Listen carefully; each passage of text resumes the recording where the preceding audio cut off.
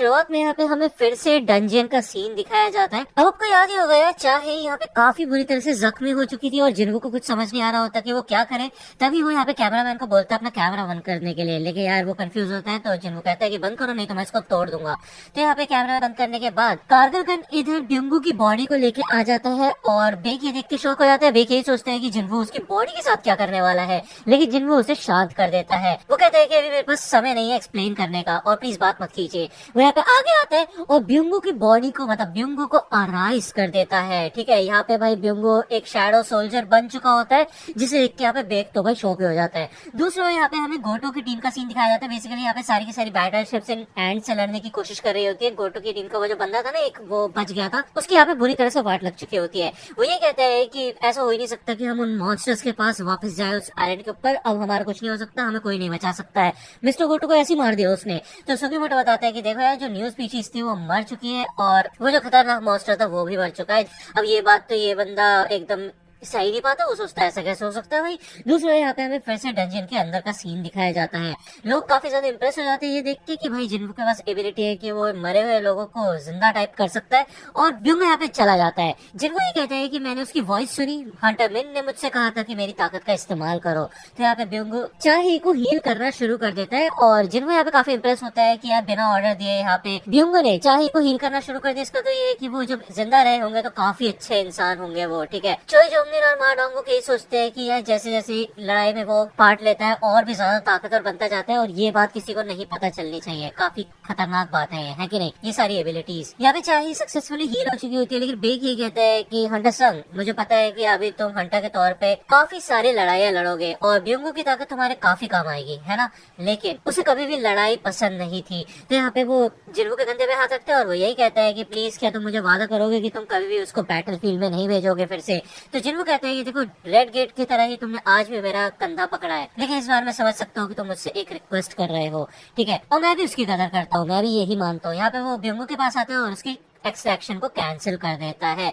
जाने से पहले यहाँ पे ब्युंगू स्माइल करता है बेक को देख के और बेक भी इधर रोने लग जाता है। ठीक है, और शुक्रिया अदा करता है जिन्वू का। दूसरा यहाँ पे हमें जापानीज टीम के चेयरमैन का सीन दिखाया जाता है। वो ये सारी लड़ाई देख लेता है और वो एकदम गुस्सा हो जाता है जिन्वू को देख के कि यार इसने अकेले कैसे निपटा दिया सबको। इवन यहाँ पे इनके 10 में से 7 एस रैंक के हंटर्स मर चुके हैं, जो कि काफी खतरनाक बात है। अब यहाँ पे उसको अपडेट मिलता है कि ऑब्वियसली बात है कि यार इनका जो प्लान 9 था उसके ऊपर इनको काम करना है या फिर यहाँ से निकल जाना है। प्लान 9 में ये था कि यार ये लोग फिर से हमला करेंगे आयरन के ऊपर, लेकिन चेयरमैन यहाँ पे इन लोगों को रिट्रीट करने के लिए कह देता है, क्योंकि ऑब्वियसली बात है अगर इनके और लोग मरे तो ये अपने आम जो डोमेस्टिक गेट्स हैं उनका भी सामना नहीं कर पाएंगे, इनके लोग ही काफी ज्यादा कम हो जाएंगे। ठीक है, तो यहाँ पे वो सबको बुला लेता है वापस। यहाँ पे दूसरे हमें हंटर्स गिल्ड, नाइट्स गिल्ड का सीन दिखाया जाता है। ये सबके सब लोग अपनी एबिलिटी का इस्तेमाल करके एंट्स की वाट लगाने की कोशिश कर रहे होते हैं। इनको समझ आ जाता है कि भाई इन एंट्स ने अपना लीडर खो दिया है, जिस वजह से ये पागल हो चुकी है और हर जगह फैलने शुरू हो चुकी है। ठीक है, इधर ये जो कोरियन टीम के एस रैंक के हंटर्स होते हैं हेलीकॉप्टर में बैठ जाते हैं, लेकिन जिन्हों के साथ नहीं आया होता है क्योंकि उसको ये काम निपटाना होता है।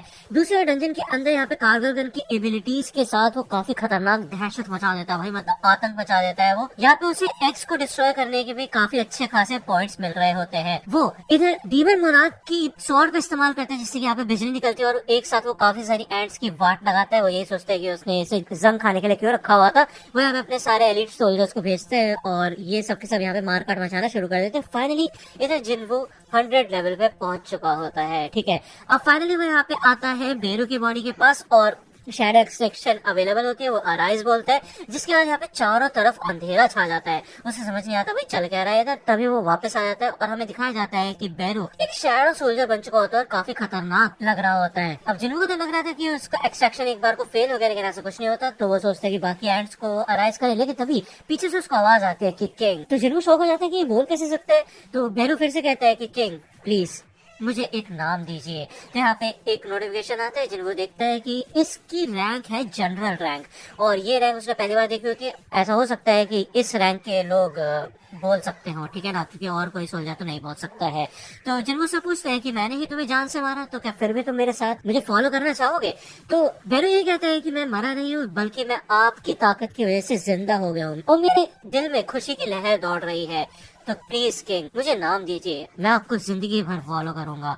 और भाई ये तो काफी कमाल की चीज होती है, मतलब यार बैरू तो एक अलग ही लेवल का बंदा बन चुका है यहाँ पे, जिनको फाइनली उसको नाम देते हैं बैरू, ठीक है। और वो अपनी बाकी सारी एंड्स को भी अराइज कर देता है। दूसरा यहाँ पे हमें आयरन का सीन दिखाया जाता है, ये ऑलमोस्ट इधर पहुंच चुकी होती है एंड्स, तो ये सबके सब लड़ना शुरू करते हैं एंड्स से, ठीक है, अपनी पूरी कोशिश कर रहे होते हैं। बैरू इधर बताता है जिन्वो को कि तकरीबन 4000 एंड्स है इधर जिन्होंने अपना कंट्रोल खो दिया है और इधर उधर भाग रही है ये, ठीक है। तो जिन्वो यहाँ पे बैरू से कहता है कि क्या तुम इनकी वाट लगा सकते हो, तो बैरू कहते हैं बस आप आदेश दीजिए, तो जिन्वो कहते हैं ठीक है फिर जाओ। तो यहाँ पे छूटते साथ बैरू निकल जाता है। दूसरी ओर ये सबके सब लोग लड़ने की कोशिश कर रहे होते हैं। सॉन्ग भी इधर काफी सारी एंड्स को निपटा चुका होता है, लेकिन तभी इधर एक एंड उसकी तरफ बढ़ने वाली होती है। जूही कहती है मिस्टर सॉन्ग बचिए, तभी यहाँ पे ये एंड कट के नीचे गिर जाती है। हमें दिखाया जाता है कि एक लाइट की रे होती है जो कि और कोई नहीं बैरू होता है, और इन सब एंड्स की वाट लगाना वो शुरू कर देता है।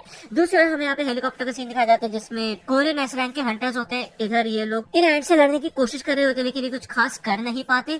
तभी इधर बीच में आ जाता है काइसल का अटैक, मतलब जिन्वो ने फिर से इनकी मदद कर दी होती है, जिसे देख के बेग भी इम्प्रेस हो जाता है। ये लड़ाई ऑलमोस्ट खत्म हो चुकी होती है, ठीक है, सब की सब एंड्स को खत्म कर दिया गया है और इनका ये मिशन सक्सेसफुल हो जाता है। हंटर चा को हॉस्पिटल में भर्ती कर दिया गया क्योंकि वो कोमा में चली गई है, ठीक है। और हमारी जो फोर्ट जेजू आइलैंड की रेड थी उससे हमारी जीत साबित हुई, ठीक है। भले यहाँ पे कुछ एंड्स दूसरी कंट्री में भी चली गई थी। हमें यहाँ पे चाइनीज बॉर्डर का सीन दिखाया जाता है। इधर ये लोग अटैक करने के लिए तैयार होते हैं, लेकिन इनका जो हंटर होता है वो ही काफी होता है इन एंड्स के लिए, जो कि काफी खतरनाक होता है। वो अपनी 2 ब्लेड्स निकालता है और 2 ही स्लैशेस में पूरा आसमान क्लियर कर देता है। भाई काफी खतरनाक, बट उसे मजा नहीं आता इन एंड्स को मार के। वो ये सोचता है कि वो ब्लैक एंट होती तो ज्यादा अच्छा रहता। फोर्ट जेजू आइलैंड रेड में जितने भी विक्टिम्स मरे उनके लिए यहाँ पे एक जगह रेडी की जाती है जहाँ पे लोग अपनी क्या कहते हैं उसे श्रद्धांजलि। ओके, इधर जिन्वो भी आया होता है, साथ में मीडिया की बातें भी चल रही होती है कि जिन्वो की वजह से ये सक्सेसफुल हुई है रेड। लेकिन दूसरी ओर लोग क्रिटिक्स भी होते हैं, मतलब वो ये बात करते हैं कि भाई वो काफी लेट वहां पे पहुंचा जिस वजह से काफी लोगों की जान चली गई। ये काफी गलत बात है, इससे हमें क्वेश्चन करना चाहिए, ठीक है ना। तो बेक जिन्वो से ये कहता है कि देखो अपना सर झुका के मत चलो, तुमने काफी अच्छा काम किया। तुम ये सोचो कि तुम्हारी वजह से इतनी सारी जानें बच गई हैं, तो इन सब चीजों के बारे में मत सोचो, ठीक है। तो जिन्वो और बेक दोनों ही अपने रास्ते पे निकल जाते हैं। चाहे यहाँ पे जाते हुए देखते हैं जिन्वो को, तभी यहाँ पे गुनही से सामना होता है जिन्वो का। अब सबसे पहले यहाँ पे गुनही शुक्रिया अदा करता है जिन्वो का कि उसने फोर्ट जेजू आइलैंड रेड में हिस्सा लिया और उसको बचाया भी, ठीक है। जिन्वो ये कहते हैं कि काश मैं जल्दी पहुंच जाता तो बिंगो की जान नहीं जाती। तो गुनही कहते हैं कि देखो तुम्हारी वजह से यहाँ पे 5 हंटर्स और काफी सिटीजन्स की जान बची है, तो देखो अपने आप को थोड़ा तो क्रेडिट दो, ठीक है। चिंता मत करो, कभी न कभी मैं ये एहसान जरूर चुकाऊंगा। तो मैं जानना चाहता हूँ कि अब तुम्हारे फ्यूचर प्लान्स क्या है। तो जिन्वो थोड़ा कंफ्यूज हो जाता है। गुनही बताता है कि अब पूरी दुनिया ने तुम्हारा जलवा देख लिया, तुम्हारी ताकत को देख लिया है, तो वो जरूर तुमसे कुछ ना कुछ सुनना चाहेंगे, तुम्हें अप्रोच करेंगे और इसमें एसोसिएशन भी शांत नहीं बैठ सकती। तो जिन्वो ये बता देता है कि उसको अपना खुद का गिल्ड शुरू करना है, ठीक है। दूसरे यहाँ पे हमें आइलैंड का सीन दिखाया जाता है फिर से। इधर ये टीम आई होती है और मेरे ख्याल से ये मिस्टर पार्क ही है, ओके। इन्हें यहाँ पे रिसोर्स कलेक्ट करने के लिए भेजा गया है, ओके। और वो ये कहता है कि देखो उन्हें हमारे ऊपर कितना ट्रस्ट है जो उन्होंने हमें यहाँ भेजा। तभी यहाँ पे पीछे एक एंट आती है और मिस्टर पार्क उसे काट के नीचे गिरा देता है। तभी साइड में से यहाँ पे भाई काफी हट्टा कट्टा बंदा आता है भाई, और मैं तुम्हें बता दूं यार ये मोनार्क ऑफ बीस्ट है, ठीक है। और भाई उसके साथ साथ मोनार्क ऑफ फ्रॉस्ट भी इधर होता है जो कि चुटकी बजाते साथ ही सबको बेहोश कर देता है। अब ये लोग बात करते हैं किसी बंदे के बारे में कि वो यहाँ पे था, मौजूद था, लेकिन वो इंसानों की मदद क्यों कर रहा है, हमें उसके बारे में पता लगाना पड़ेगा। बेसिकली ये लोग मोस्ट प्रोबेबली जिन्वो के बारे में बात कर रहे होते हैं, या फिर मैं बोलूँ शैडो मोनार्क के बारे में बात कर रहे होते हैं। तो यहाँ पे जो फ्रॉस्ट मोनार्क होता है पोर्टल खोलता है, वो ये कहता है कि हमारा काम यहाँ पे निपट चुका है, चलो यहाँ से चलते हैं। दूसरी ओर बीस्ट मोनार्क होता है, वो भी इधर से निकल जाता है और वो ये कहता है जाने से पहले कि अगर वो औरत ये सब देखेगी तो काफी ज्यादा गुस्सा हो, ठीक है। दूसरा इधर हमें जिन्वो का सीन दिखाया जाता है जो कि घर जा रहा होता है, लेकिन भाई जाम में फंस चुका होता है और जिन्वो से उसकी बात हो रही होती है गिल्ड के बारे में। तो जिन्वो बता देता है कि इनको अप्रूवल मिल चुका है गिल्ड बनाने के लिए। और आपको याद होगा यार वो बंदी थी जिन्हा की दोस्त, वो भी यहाँ पे शामिल होती है। वो कहते हैं कि मैं भी तुम्हारे गिल्ड ज्वाइन करूंगी।